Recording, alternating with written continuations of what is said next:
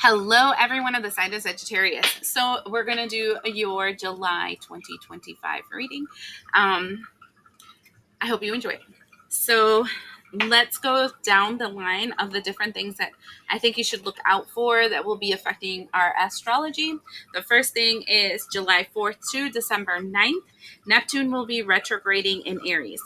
So when Neptune retrogrades in Aries, we have this energy of, do I really want this for the rest of my life? Am I really comfortable here for the rest of my life? This is going to really strongly influence Sagittarians because, we're rolling stones, right? We don't like to feel stuck, restricted, limited, like a caged bird. So this is when you're going to start really thinking about, does this look like me for the rest of my life?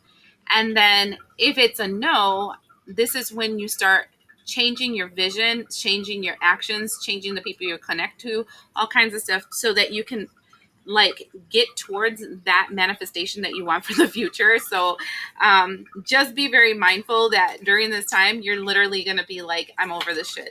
Okay. Anyways, a whole little stack fell on the ground. The first thing we have is the ant, work, achievement, success. So I think you're going to hit the drawing board. Pale, time to get out of the situation because you've determined that this situation you're in currently, it can be relationships, it can be job, it can be finances, it can be your health. It doesn't matter. Every single one of us are in different planes of existence and what we're working on. It's just not filling you anymore. It's just kind of like, I'm over it. The fox, shrewd and resourceful, especially in business. And what I am seeing is this energy of you are being a little bit sneaky about this energy where you're going to be moving out of owl, good advice from a wise friend, or that's exactly what the good advice is. The fact that you should be stealthy in how you start shifting your reality to that new vision that you have for yourself instead of telling everybody your business. I'm a big believer, and this is something big on magic also, that the more that know about what's happening in your life, how you're moving forward, what you would like to create, what you'd like to project, the harder it will come to manifest because some people, they don't can have control over their energy, over their light, over their self. And so because they have no control over they can have envy, greed, whatever, lust over the life that you want, and then actually create obstacles for that movement forward instead of helping you grow forward. So I'm very mindful about who I sell my projects to. Usually I tell people about my projects once they're freaking done because I can tell you, or once I'm like 90% over it and almost done to the other side, because I can tell you how many people have sabotaged my future manifestations because of the fact that I talked about it too soon. So you're dissatisfied, it doesn't feel good, get to work, keep it to yourself, move forward. The second thing that we have is Axe.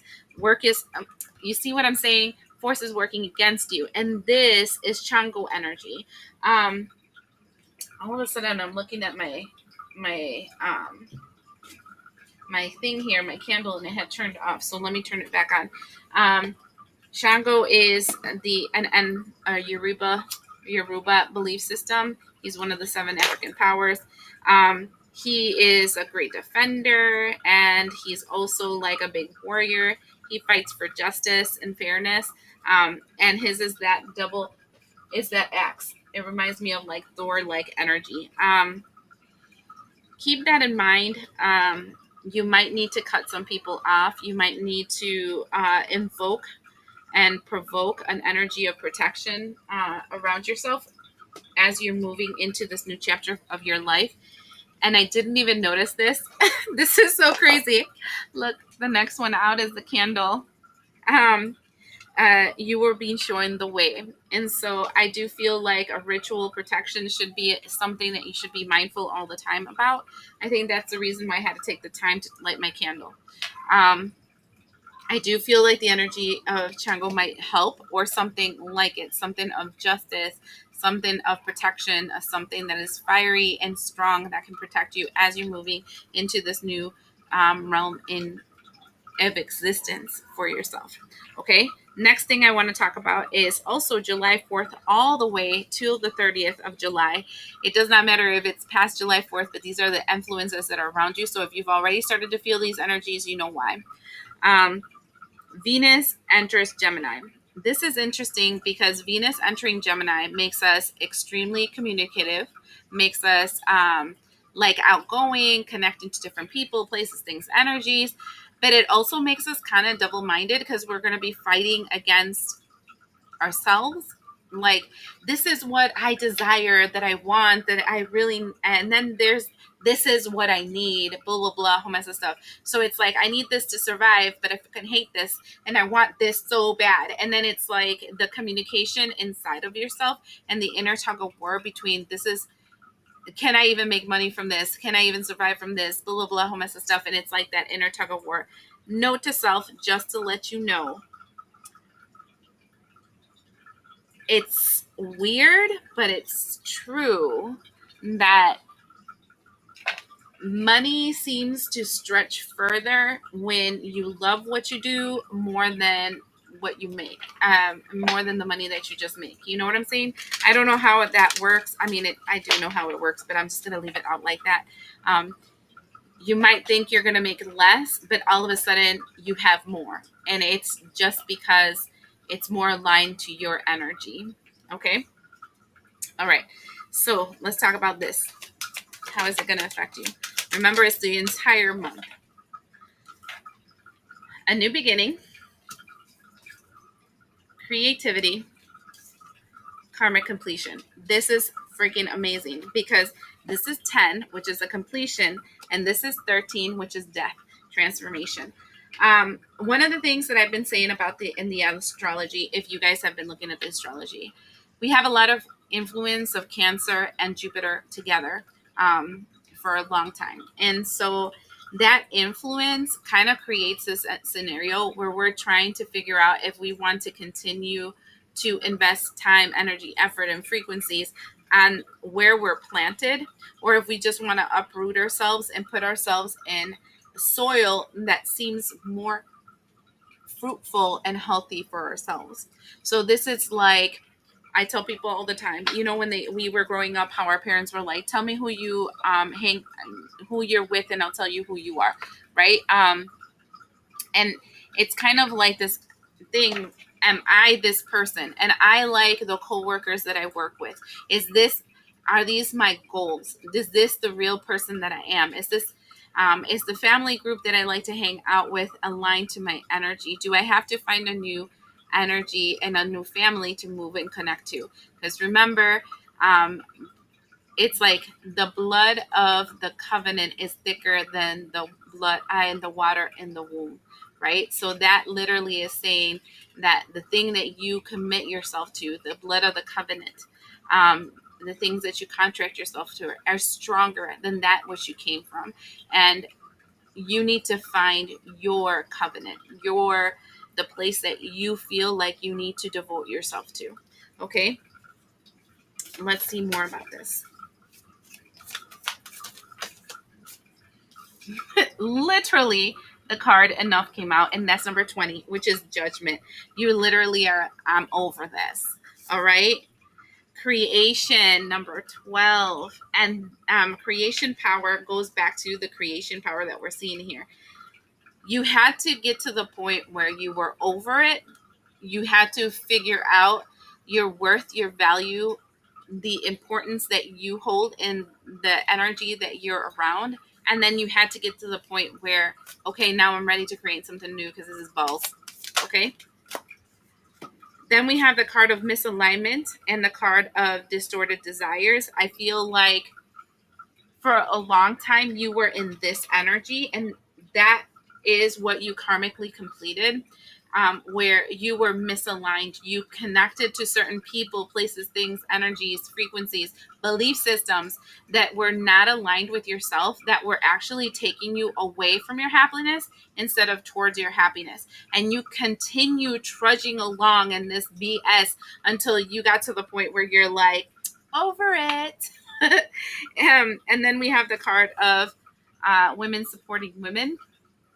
I do feel like This is something that your mind, body, spirit is kind of aligning to. This is a collective move. It's not just you that's going through this, but this is the astrology, the people around you, the environment. You can see how people are starting to get to the point where I'm over it, peace, I'm out. I don't care how much you need me. I don't care. Like, I don't want to tell you how religion, society, whatever, kind of said that if you sacrifice your mind, your body, your soul, your spirit, whatever, to help another, you were going to find some kind of peace in some kind of imaginary heaven, right? When the reality is that one of the virtues that you get when you overcome one of the deadly sins is prudence. And prudence literally gives you the sovereignty and the ability to know that this is not that. I don't have to give you everything of mine for me to go to heaven. I am heaven present on this earth.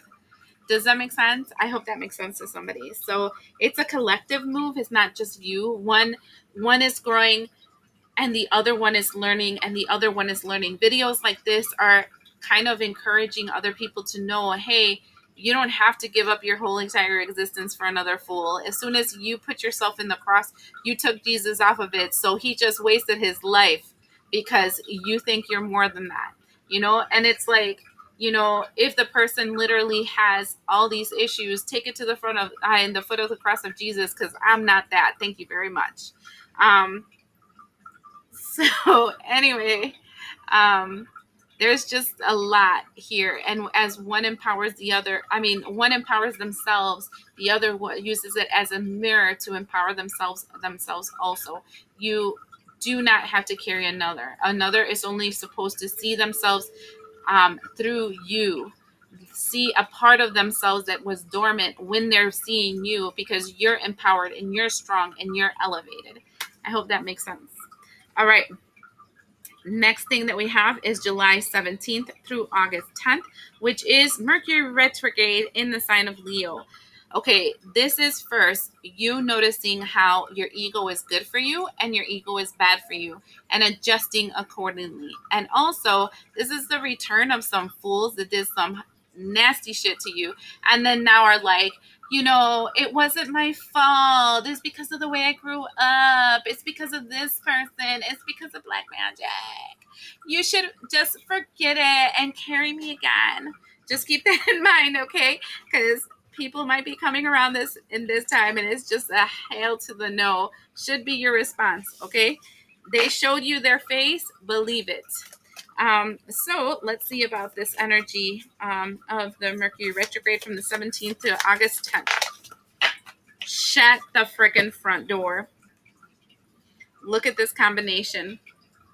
They're coming with their venom to try to inflict you. And you have to remember that you're the warrior that can scathe them off and be like, no. My name is no. My number is no. You need to let it go. It's a song that I keep having every once in a while and loop in my head. But this is a hot mess. Like, they're literally coming to infect you with some of their venom. And you're supposed to have this kundalini rising. That's why the serpent. This is 2025 is the year of the snake, and we're supposed to shed these snakes, not keep them on us, because they will create us to have death. If a snake does not shed its skin, it won't grow. It creates infections. It creates all kinds of stuff, and it festers and it dies. We don't need to die with this person's venom. I shed you off of my life for a reason. Okay.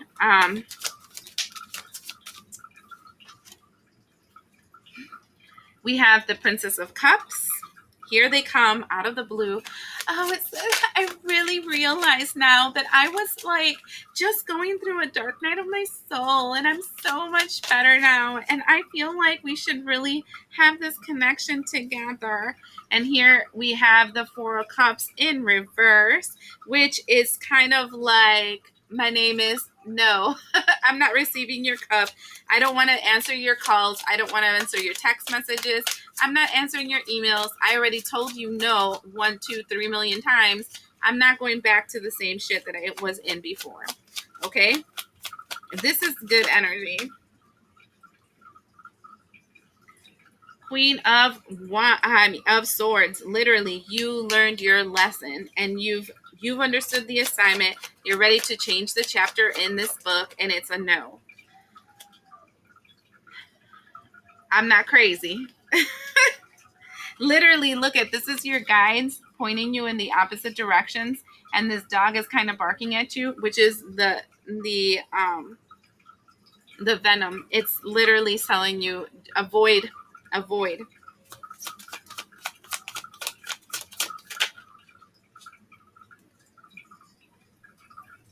The Hangman and the 10 of Swords.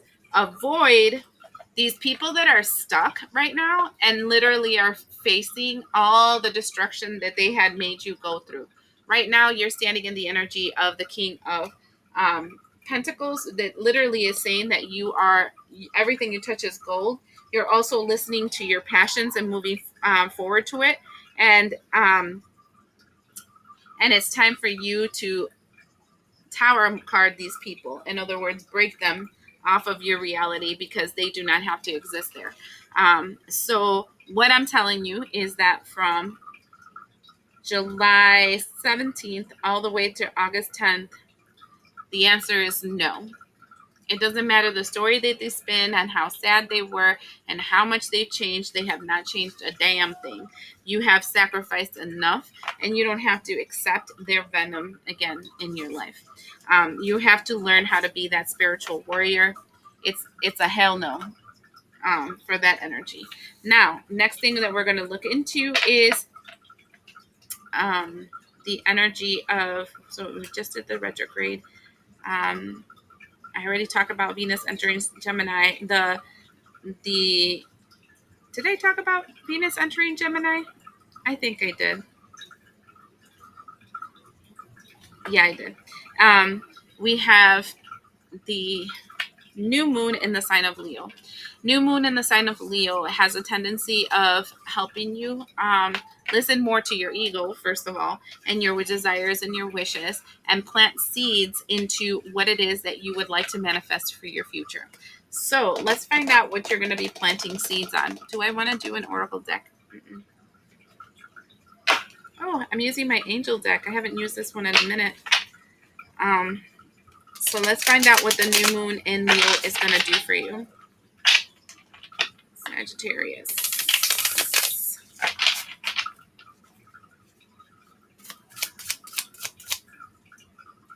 I just thought for a second there, did I even make sure that they were on the right direction? Nine of Swords. I like this Nine of Swords because it's the confronting God, and it says purification, protection from impetus and religious sentiment. And what you see here is like a mom whooping a kid's butt, like a mom whipping an angel's butt while the other one's holding onto it. I honestly feel here that feels like the Nine of Swords. It's a return to sender. Like, it doesn't feel like a Nine of Swords to you where you're anxious and stressed and whatever. It's kind of I'm gonna send everything you just sent to me back to you. And then we have the Queen of Pentacles, the eternal God. And I like this because she's kind of covering her mouth right here. And it says intellectual lucidity provides consolation and compensation. And it says keep your mouth shut as to what you are doing to manifest more stability, abundance, movement forward in your life. This goes back to that other reading that I did for you a little bit ago. Tower card. And also keep your mouth shut about the fact that you're sending this back to these fools. The fire god. Disruption. Warns of disasters. Aids in transformation. I feel like keep your mouth shut about anything you do to return to sender to somebody something. The tower that you're going to make this person receive is because you're justified for your transformation, and they've just been holding you back. Two of Wands, the helping God, love, wisdom, victory over those who attacked you. I done told you. Oh my God. I feel like this new moon in Leo is a huge return to sender. I don't know if you've done it already, or Seven of Swords, which is some lying, stealing, cheating. God nurturing and maintaining everything. Knowledge of good and evil appeases divine anger, cures epilepsy. And what I am seeing here is it feels like you should do a huge Sagittarius return to sender on that new moon, on the 24th in the sign of Leo, because legit, some people got to get their ass whooped. That's all I'm going to say about that. One more. Listen to. Okay. And it says Two of Cups. The swift harking God. Fruition provides expansive intelligence and gives the grace of God. Wow. This is an agreement between you and God. So I feel like either you already did a return to sender or you should do a return to sender. It will be a covenant between you and God, and it would just shoot these people down, the ones that have been doing something bad. High Priestess. High Priestess is magic for me, but also Oye, mira y calla. This is, you can see what you see. You can say you can hear what you're going to hear, but say nothing. King of Pentacles. This is something that has been coming for a long time. Five of Cups, and it's going to bring a lot of disappointment. Three of Cups to the people that had come together and celebrated against you. Sun card. It's time for things to be cleared up and seen, and justice, and for God to create balance in this situation, divine justice, so that you can receive your Nine of Pentacles and Empress energy, which is literally the abundance that's been held back because these fools have been messing around in your energy way too flippin' long. Keep your mouth shut. When you start figuring out all the bad things that are happening to these fools, that sounds like a not you problem. You don't see it, you don't hear it, you don't care. It's not your problem. Okay? Finally, the last thing that I want to look into is July 28th to September 12th. Mars transits in the sign of Virgo. When that happens, you become extremely disciplined, extremely ready to do things that you have to do to get things done, to get things done, to get things done. So that's awesome. Let's see what that's all about for you.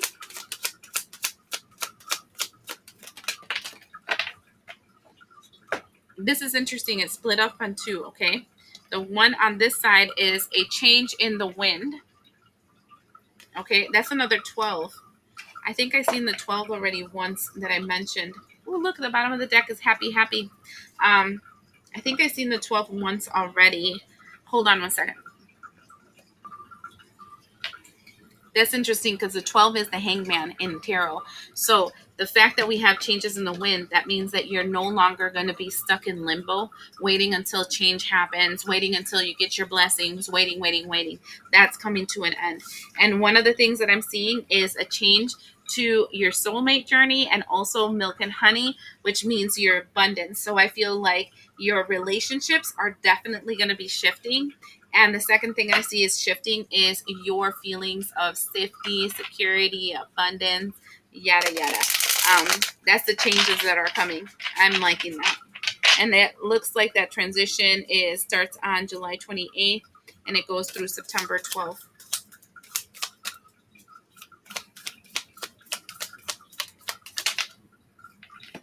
Knight of Swords to the Eight of Swords. You're going to go 100 miles an hour towards a thing that makes you feel trapped and limited.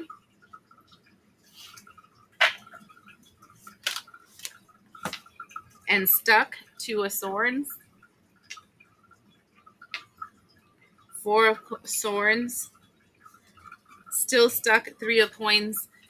And stuck boogers, look, stuck coins. So I feel like this is so funny because we have the Knight of Swords, which is the energy of fighting, defending, going 100 miles an hour to like, I'm going to do this. And I told you that Mars, the energy of war, of fight, of anger, masculine energy, goes towards Virgo. The things that the plans, executing plans, and going towards the ways that you want to go forward. So here you are making a plan, executing the plan, going 100 miles an hour towards it. To the things that have made you feel trapped, the things that made you feel stuck, the things that made you feel lack, the things that have been working with each other to get you stuck, right?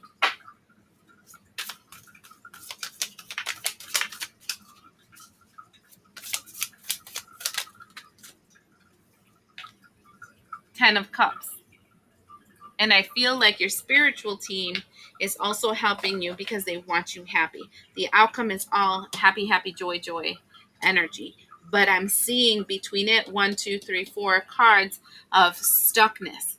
And it feels external, it feels internal, right? It can be your mind getting you stuck, your lack of motivation, your reservations about stuff because you're scared, and then people also trying to stick you in a spot that is not for your greatest good. And so the nine of swords, which is losing sleep about situations, Empress card comes out where you're feeling abundance, which then creates a two of coins, balancing out your emotions so that you can take actions in the things that you need. Ace of wands. So I'm feeling unstuckness, where you're willing to confront any persons, places, things, or energies within yourself or around yourself that has been limiting the life that you've been experiencing so you can have happiness and joy. It seems like the rest of July, actually the rest of the year, because let's just be honest, Neptune energy in Aries goes until December, Mercury retrograde till August, and then the transit of Mars and Virgos goes all the way to September. So from now all the way to September, it's just this energy of calling back your power, getting back your strength, and recovering what has been stolen. I hope this helps.